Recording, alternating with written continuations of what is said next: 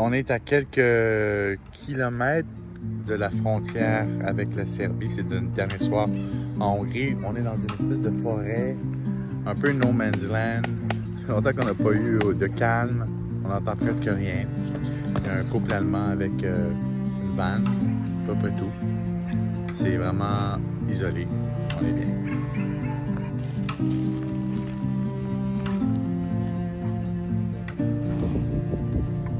Jour 80. On va être à la frontière de la Serbie dans 3 km. C'est la première fois qu'on traverse officiellement une frontière parce qu'on sort de l'Union européenne, on sort de l'espace Schengen. Fait qu'il va y avoir probablement des douaniers. Louis est nerveux parce qu'il n'y a pas des bonnes expériences avec les douanes. Je me suis déjà fait voler des affaires, je me suis déjà fait niaiser, autant aux États-Unis qu'en Europe qu'en Afrique. Je suis toujours un peu nerveux dans ces moments-là. On se sent vraiment impuissant devant cette autorité, des fois un peu arbitraire. Bon, on est à la frontière de la Hongrie et de la Serbie, à Baki Vinogradi. Là, on arrive, on traverse. Non, on ne traverse pas, parce que les Canadiens ne peuvent pas traverser ici. Seulement les membres de l'Union européenne et les Serbes. La frontière à laquelle il faut traverser, c'est juste à côté d'où on a dormi avant hier. Il faut tourner là. C'est comme ça. On y va maintenant. Oh cool! Qu'est-ce qui se passe? J'ai dit qu'on avait besoin d'un lift par là-bas. Oh. Yes.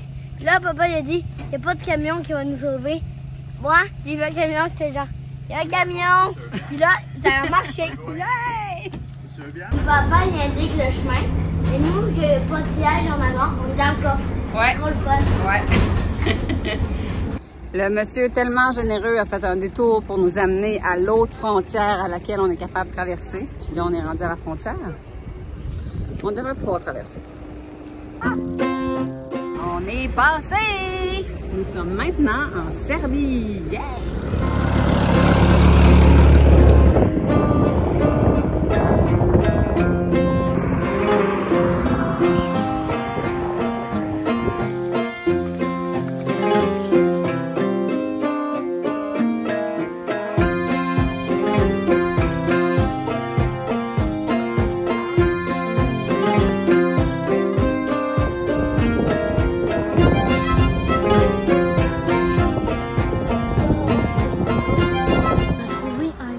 Champ de pêche.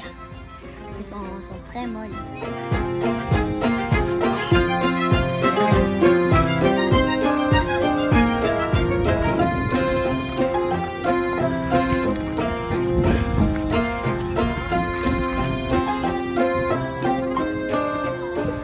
Il n'y a pas de camping. Il n'y a pas de camping là-bas, tout ça. Mais c'est étonnant parce que dans les autres villes, il y a des campings. En fait, on s'est loué une petite chambre. Et on va être bien à l'intérieur, là. J'ai hâte.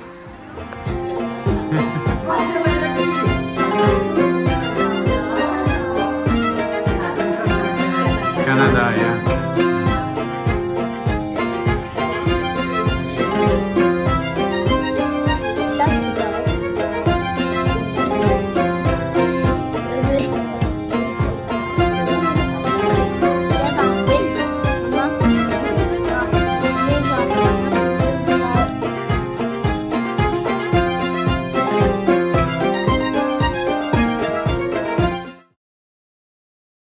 Dans le petit appartement qu'on a loué, on a réalisé qu'il y avait 2 chambres qui étaient occupées par des Turcs, qui étaient de passage vers l'Europe, comme on voit dans les nouvelles, comme on voit dans les médias.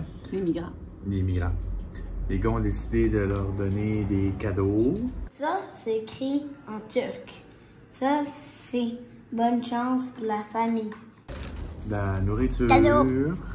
un bracelet, Non. bref, de les aider dans leur voyage. Ouais. En jasant avec eux, ils nous ont expliqué qu'ils payent 4 000 $ à un passeur. 1000 €. 4 000 € pardon, à un passeur qui va les amener en Allemagne demain. Puis en plus, ça se peut qu'ils meurent de chaleur dans le camion. Il y a des histoires d'horreur, effectivement, mais eux autres semblent assez confiants pour leur nouveau départ. C'est ça, hein, ils changent de vie.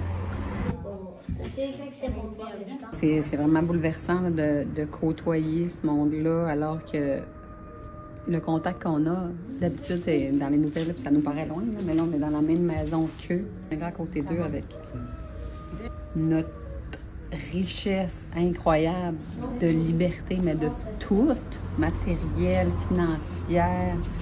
On voyage pour le fun. C'est vraiment un contraste incroyable. Puis oui, c'est touchant, leur histoire, vraiment.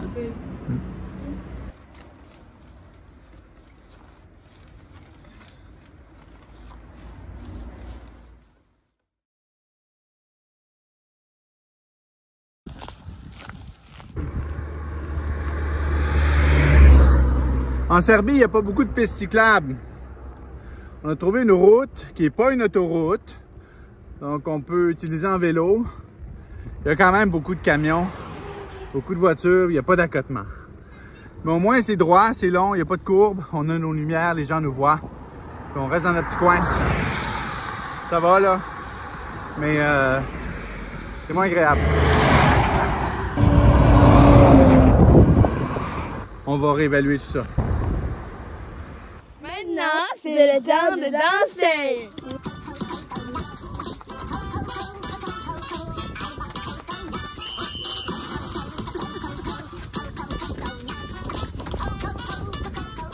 On a décidé d'aller à Belgrade en autobus parce que la route est mauvaise.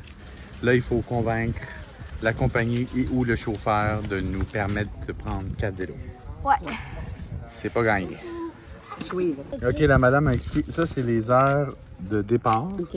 Puis où est-ce qu'il y a un L, c'est qu'il y a plus de chances que ça marche avec les vélos.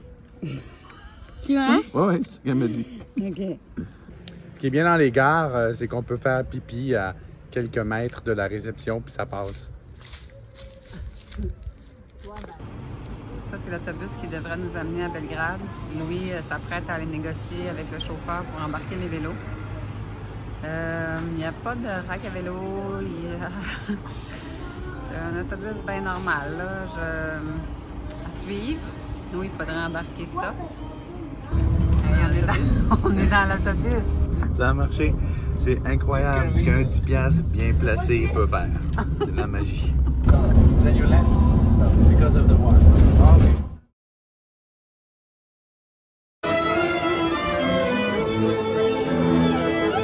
Nous voici à Belgrade.